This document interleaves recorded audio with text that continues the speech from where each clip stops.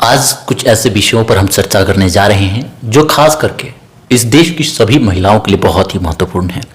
तो जितने भी आपसे रिलेटेड क्वेश्चंस होंगे, हमारे साथ मौजूद हैं इन सवालों का जवाब देने के लिए पटना हाई कोर्ट के एडवोकेट समृद्धि सुमन, और इनसे उन सभी विषयों की चर्चा करेंगे जो आज की तारीख में सभी महिलाओं के लिए बहुत ही महत्वपूर्ण है। तो सबसे पहले तो स्वागत है मैम आपका। बहुत बहुत धन्यवाद। अगर हम सभी बात कर रहे हैं महिलाओं की, तो शुरुआत जो होती है घरेलू उत्पीड़न से ही होती है, प्रताड़ना से होती है। इस पर आगे हम बात करेंगे, लेकिन सबसे पहले बताइए कि महिलाओं के अधिकार को लेकर के, राइट को लेकर के संविधान में क्या प्रावधान है, और थोड़ा एक्सप्लेन उसको कीजिए कि किस तरीके से उसका इस्तेमाल महिलाएं कर सकती हैं। संविधान की बात करें तो भारतीय संविधान हमारे देश का सुप्रीम लॉ है, जिसके बेसिस पे ही सारे कानून, जितने भी कानून भारत में बनते हैं वो संविधान को ध्यान में ही रख के बनते हैं। तो सबसे पहले हमारा संविधान हम सबको समानता का अधिकार देता है, चाहे पुरुष हो या महिला हो, कहीं भी जा रहे हैं, कहीं भी काम कर रहे हैं, कुछ भी कर रहे हैं, हम एक समान है। तो ये सबसे जरूरी चीज है जो हमारा संविधान हमें देता है।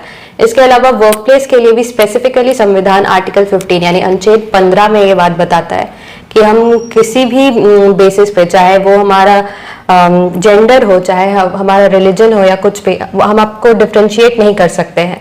तो ये एक समानता का अधिकार संविधान हमें देता है। इसके अलावा भी हमारे मौलिक अधिकार, जैसे आर्टिकल 21A महिलाओं को पढ़ने का अधिकार देता है। इसके अलावा directive principles of state policy हैं। इसके अलावा पंचायत में भी रिजर्वेशन के बारे में बात की गई। ये सारी चीजें संविधान में दी गई हैं और इसी के बेसिस पे भारत में अलग अलग कानून बनते हैं। जी। खासतौर से जब महिलाओं की बात करते हैं तो अभी भी हमारे देश में महिलाएं अपने घर में सुरक्षित नहीं है।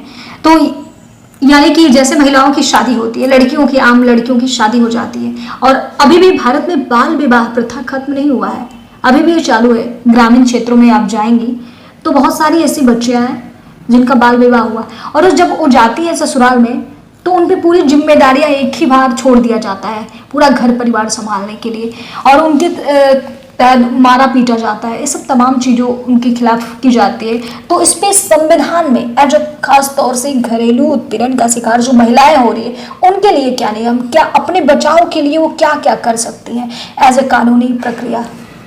पहली बात तो कि भारत में बाल विवाह आज़ादी से पहले ही बैन कर दिया गया था।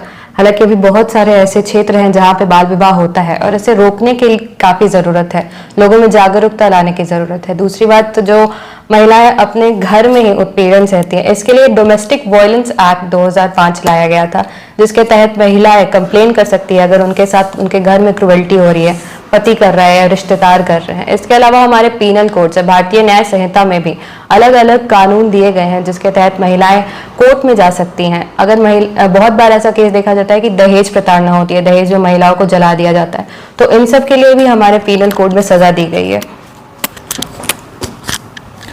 इसके साथ साथ अगर घरों की बात कर रहे हैं तो निश्चित तौर पर वर्क प्लेस की भी बात करनी जरूरी है।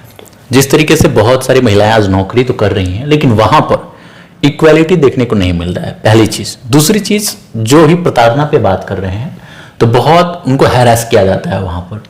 उसके लिए क्या प्रावधान है हमारे कानून में, और इसके साथ ही साथ इसी में ये भी इंक्लूड कर लीजिएगा कि उनको हेय दृष्टि से देखा जाता है या फिर कम आंका जाता है, उनकी एबिलिटी को कम आंका जाता है, तो सैलरी भी उनकी कम लगाई जाती है। जो कि एक ही पोजीशन पे एक लड़का है, एक लड़की है, सेम एक्सपीरियंस, सेम काम, सारी चीजें एक है, तो लड़के की जो सैलरी है वो ज्यादा है, लड़की की कम है।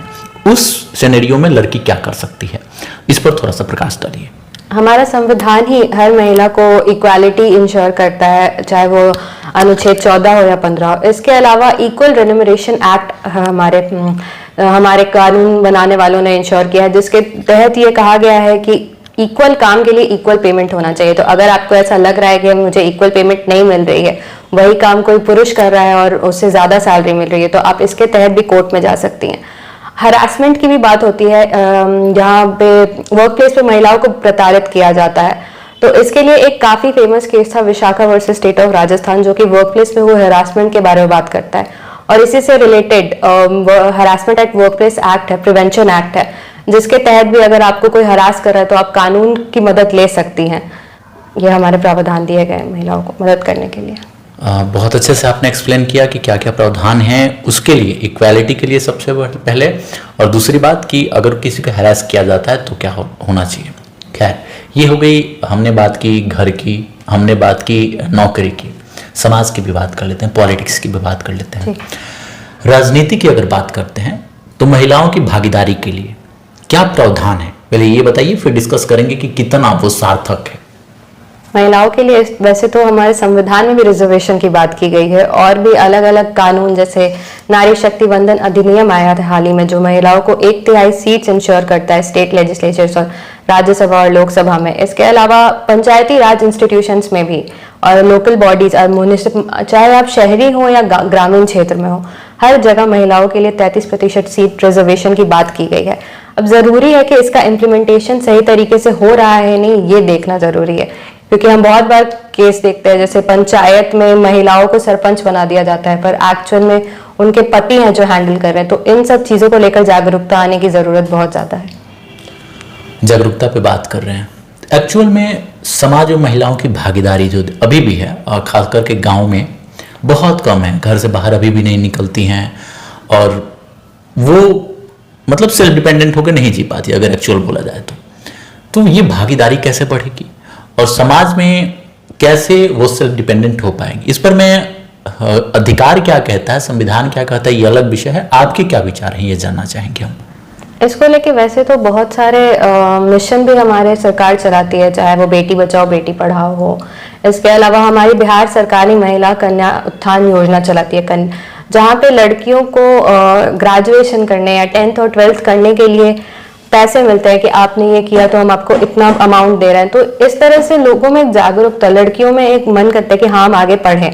और सबसे बड़ी बात है कि घर घर जाके ये चीज होना चाहिए कि घर घर जाके हर परिवार में ये लोगों को समझाने की जरूरत है कि बेटी को पढ़ाने की क्यों जरूरत है। चाहे वो अब भी पढ़ रही हो, शादी के बाद वो जाती है, तो वहां भी वो खुद को इतना लायक बना सके कि खुद को संभाल सके। तो ये बहुत जरूरी है। तो ग्रास रूट लेवल पे तो ये बहुत जरूरी है कि महिलाओं को, इसके अलावा लखपति दीदी की भी बात होती है जहाँ पे महिलाओं को आगे बढ़ने का मौका दिया जाता है। तो बस जरूरी है कि इन सारे प्रोग्राम्स का सही इम्प्लीमेंटेशन हो सके। जी सही है। और एक लास्ट क्वेश्चन ले लेते हैं, महिलाओं की बात हो रही है, आज भी गांव में अगर बात कर रहे हैं तो लड़कियों को वो फ्रीडम नहीं है जो उन्हें होनी चाहिए, जिसके वजह से सेल्फ डिपेंडेंट बन सकती हैं।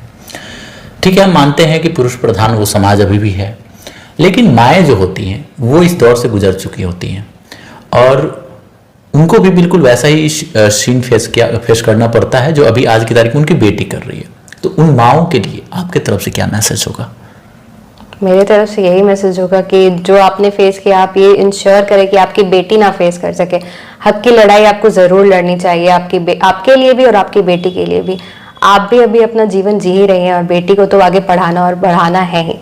तो जहां भी आपको लगे कि आपके साथ कुछ गलत हो रहा है, आपका हक छीना जा रहा है, तो अपनी आवाज जरूर उठाएं। बहुत अच्छे तरीके से सभी प्रश्नों का जवाब एडवोकेट समृद्धि सुमन ने दिया, पटना हाईकोर्ट के एडवोकेट हैं। और आप सभी को बता दें कि आपके जो भी सवाल होंगे कमेंट बॉक्स में जरूर पूछिएगा, उससे रिलेटेड जो भी कानूनी प्रावधान हो, जो भी एक्चुअल आप सभी को जानकारी हमारे माध्यम से दी जा सकती है, हम देने का प्रयास करेंगे। अन्य बहुत सारे मुद्दों पर हम बातचीत करने वाले हैं, तो आप हमारे चैनल को सब्सक्राइब करके जरूर रखिए, वीडियो को शेयर भी कीजिए। और इसके साथ ही आप सभी को बता दें कि जो भी ओवरऑल बातें हैं उसमें मैं आप सभी को बता दूं, एजुकेशन बहुत बड़ी चीज है आज की तारीख में।